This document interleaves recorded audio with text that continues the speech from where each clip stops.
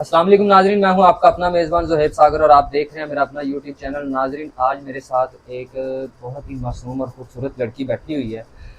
इन्होंने हमसे रब्ता किया है, किसी के तवज्जुह से नंबर लेके कांटेक्ट करके हमसे रब्ता किया। कोई जो है ना, इनकी वालदा जो है बीमार थी, तो हमने जो इनकी वालदा है उनको हॉस्पिटल में एडमिट करवाया है, इनको बुलाया है यहाँ पे। आइए इनसे जानते हैं, बातचीत करते हैं कि वालिदा कब से बीमार हैं और कौन से अर्जे में मुब्तला हैं और कहाँ की रहने वाली हैं ये। अस्सलाम वालेकुम। वालेकुम सलाम। क्या हाल है? मैं ठीक। मुझे सबसे पहले ये बताएं कि आप कौन से इलाके से ताल्लुक़ रखते मैं सरगोदा से ताल्लुक़ रखती हूँ। हैं? लाहौर में आप मौजूद हैं, आपने हमसे कांटेक्ट किया है, आपकी वालिदा को हॉस्पिटल एडमिट करवाया, काफ़ी ज़्यादा बीमार थी। तो बताइएगा कि वालिदा को क्या बीमारी है और कब से है और कौन कौन आपके साथ है? मेरी वालदा को 2 साल हो गए हैं, वो दिल के आर्ज़े में मुब्तला हैं। बहुत ज़्यादा मैं परेशान हूँ और मेरे साथ फ़िलहाल कोई भी नहीं है। हमारी जो इस वक़्त हालत है, मुझे मेरे सारे ख़ानदान वालों ने भी छोड़ दिया है। अब मैं सिर्फ़ अकेली हूँ। मेरे वालिद साहब नहीं हैं। जब वालिद साहब किधर हैं? वालिद साहब, उनकी डेथ हो गई है। वो कब से? जब मैं 5 साल की थी उनकी डेथ हो गई थी तब। अच्छा, तो वालिद साहब को क्या हुआ था? वालिद साहब को हार्ट अटैक हुआ था। क्या काम करते थे वालिद साहब?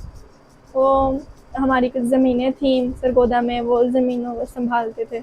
तो उनके जाने के बाद मेरी वालदा सँभालती थीं। अब वालदा की हालत भी बहुत ज़्यादा नासाज़ है। अब वो नहीं सँभाल सकती, वो हॉस्पिटल में एडमिट हैं, बहुत ज़्यादा बीमार हैं। अब मैं अकेली हूँ, मैंने ही वालदा को सँभालना है, ज़मीनों को भी सँभालना है, अपना घर भी सँभालना है। समझ नहीं आ रही मैं क्या-क्या करूँ तो अकेली। कैसे सँभालेंगी आप ज़मीनों को भी, वालिदा को भी, जो इस टाइम हॉस्पिटल में बिस्तर मर्ग पे पड़ी हुई हैं? इस दुनिया में अल्लाह ताला के सिवा आपके ख़ानदान में आपका साथ देने वाला और कोई भी नहीं है। नहीं, हमारा ख़ानदान कोई है ही नहीं, ना मेरे दादा-अबू की औलाद एक ही थी, मेरे वालिद साहब, उनके जाने के बाद मैं एक ही इकलौती औलाद हूँ उनकी बस। तो अभी जो है वो किस तरह से गुज़ारा कर रही थीं आप अपनी वालदा बीमार को साथ लेकर? 2 साल हो गए, आप बता रही हैं आपकी वालदा बीमार थीं, आहिस्ता-आहिस्ता उनकी यहाँ तक स्टेज आ गई, तो 2 सालों में कहीं पर इलाज वग़ैरह नहीं करवाया? जी, मेरी वालदा बहुत ज़्यादा बीमार थी, मैंने उनको सरगोदा के हर हॉस्पिटल से चेक करवाया, हर क्लिनिक पे गई, हर जगह चेक करवाया, लेकिन उनकी हालत ख़राब होती गई।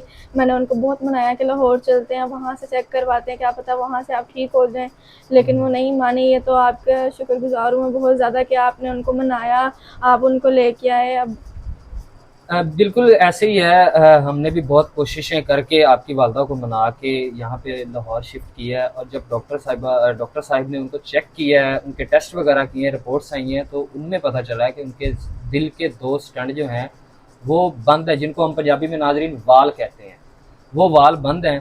तो इंशाल्लाह ताला अब आप परेशान ना हो, हमने उनको एडमिट करवा दिया, अब इंशाल्लाह उनका इलाज भी शुरू होगा। तो आगे आपने क्या सोचा है कि जो पीछे ज़मीनें हैं उनको आप अकेली कैसे सँभालेंगी? उनको बेचेंगी? क्या करना चाहती हैं? अभी तो मुझे खुद भी कुछ नहीं पता मैंने क्या करना है, मैं खुद भी बहुत ज़्यादा परेशान हूँ। मैं बस ये चाहती हूँ कि मेरी वालदा का जल्द से जल्द इलाज हो जाए और मैं ज़मीनें भी नहीं अपनी बेच सकती। मेरे वालिद की आखिरी ख्वाहिश थी कि हम ज़मीनें ना बेचें। नहीं, वो तो बात आपकी बिल्कुल ठीक है, लेकिन अगर आप ज़मीन नहीं बेचेंगी तो आपकी अपनी वालदा का इलाज कैसे करवाएँगी?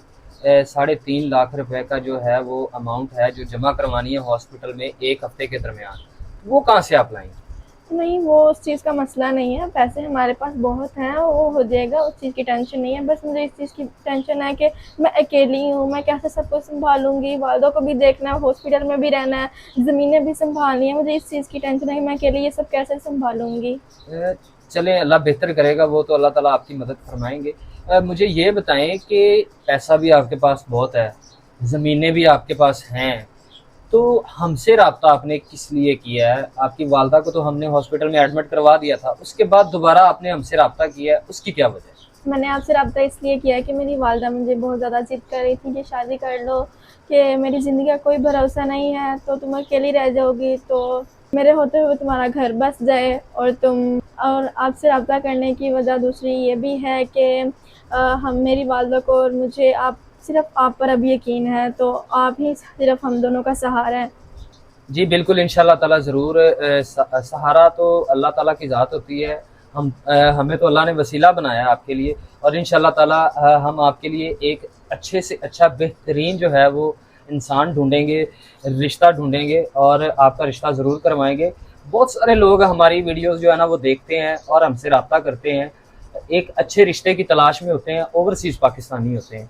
तो अगर उनमें से कोई एक ओवरसीज़ पाकिस्तानी जो बाहर के मुल्क में रहता हो और आपसे निकाह करना चाहे, आपकी वालदा को भी सहारा दे, आपकी वालदा का भी साथ दे, आपको भी सपोर्ट करे, आपकी ज़मीनों को भी देखे तो क्या हम पर यकीन रख के उसकी मुकम्मल वेरिफिकेशन हम करेंगे, हम पर यकीन रख के आप उस रिश्ते के लिए राज़ी हो जाएंगी? जी हो जाऊंगी।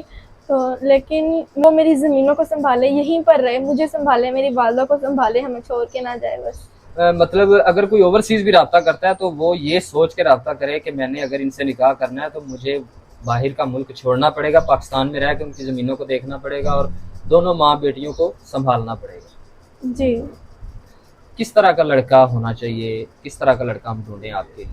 जी, डिमांड बस यही है मेरी कि वो अच्छा हो, इज्जतदार हो, लालची ना हो, धोखेबाज ना हो। आपके साथ सिंसेयर रहे, जी मेरे आपकी साथ। ज़मीनों को भी जो है ना अपनी ज़मीनें समझ के देखे हाँ जी। और कोई भी धोखा या कोई फ्रॉड वगैरह ना करे। जी अच्छा, एक और सवाल है, जिसके साथ आपका हम निकाह करवाएंगे तो जाहिर सी बात है हक महर में जो आप चाहेंगी वो आपको मिलेगा। तो आप भी जिससे आप निकाह करेंगी, जिससे हम निकाह करवाएंगे आपका, तो उसके नाम कुछ लगवाएंगी या ये सारी ज़मीनें, ये सारा सिस्टम आपके अपने नाम ही रहेगा, वो सिर्फ आपकी ज़मीनों को देखेगा? नहीं, जिससे मैं शादी करूंगी ये जाहिर है वो फिर मेरा शोहर होगा, सब कुछ उसी का तो होगा। आप उसके नाम लगाएंगी कुछ ना कुछ? जी जी, सब कुछ उसी का होगा। कोई और डिमांड? जी मेरी डिमांड बस एक यही है आखिरी कि मेरी वालदा मेरे साथ रहें, मैं उनको छोड़ना नहीं चाहती, वो हमारे साथ ही रहेंगी। ये ना हो कि वो कहीं के अलग हो जाए, नहीं, वो मेरे साथ रहें और बल्कि वो घर दामाद बन के हमारे साथ रहें, मेरे घर में हम सब एक साथ रहें और छोड़ के इसके अलावा कोई डिमांड नहीं? नहीं, इसके अलावा और कोई नहीं, बस यही करें, बस यही है।